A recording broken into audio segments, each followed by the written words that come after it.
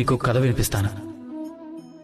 ఒకప్పుడు ఒక వ్యక్తి తన ద్వారం మీద ఇలా రాశాడట: నేను ఎంతో దుఃఖంలో ఉన్నాను, దయచేసి నన్ను కలవడానికి ఎవరూ రాకండి అని. కొంతసేపటి తర్వాత అతని మిత్రుడొచ్చాడు. అతడు ఆ మాటల్ని చదివాడు. అయినా సరే వెళ్లి అతన్ని కలిశాడు. అతను ఏమన్నాడంటే, నాకు చదవడం రాదు, కానీ నీ మనసులో ఉన్న దుఃఖాన్ని చదవటం మాత్రం నాకు బాగా వచ్చు అని అన్నాడట. అలాంటి వాడినే మంచి మిత్రుడు అంటారు. ఏ కారణం చేతనైనా మీరు దుఃఖంలో ఉన్నప్పుడు, సమస్యకి పరిష్కారం కనిపెట్టలేనప్పుడు, ఈ లోకాన్నే వదిలి వెళ్లిపోవాలనిపించినప్పుడు, అప్పుడు కూడా ఈ మిత్రుడు మీ వెంటే వస్తాడు. అతడు మీ సమస్యని పరిష్కరించలేకపోవచ్చు, కానీ నేనున్నానని ధైర్యం ఇస్తాడు. అతడు మీ దుఃఖాన్ని తగ్గించలేకపోవచ్చు, ఆశాకిరణాలని తప్పకుండా చూపించగలడు. మీరు ఈ లోకాన్ని వదిలి వెళ్లిపోవలసి రావచ్చు, అప్పుడు కూడా మీతో కలిసి ఉంటాడు ఈ మిత్రుడు. అతడే మంచి మిత్రుడు. భవిష్యత్తు. ప్రపంచంలో తన భవిష్యత్తు గురించి ఆలోచించిన వారు ఎవరుంటారు చెప్పండి?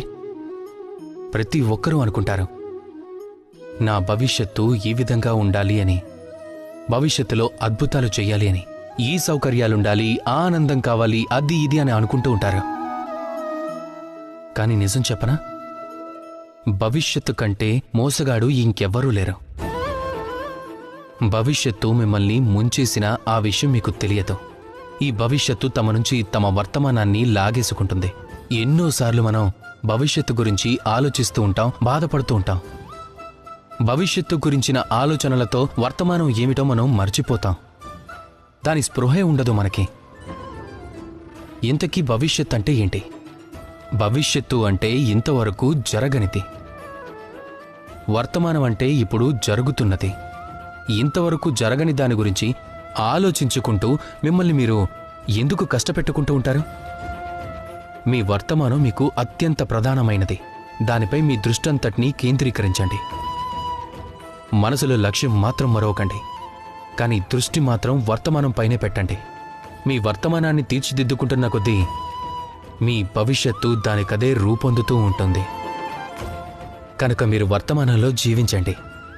రాధాకృష్ణ. అంటే ఎవరు నిరంతర శివోపాసన చేస్తూ శివమంత్ర జపం చేస్తూ ఉంటారో వారి శరీరం శాంభవ తేజస్సుతో ప్రకాశిస్తుంది.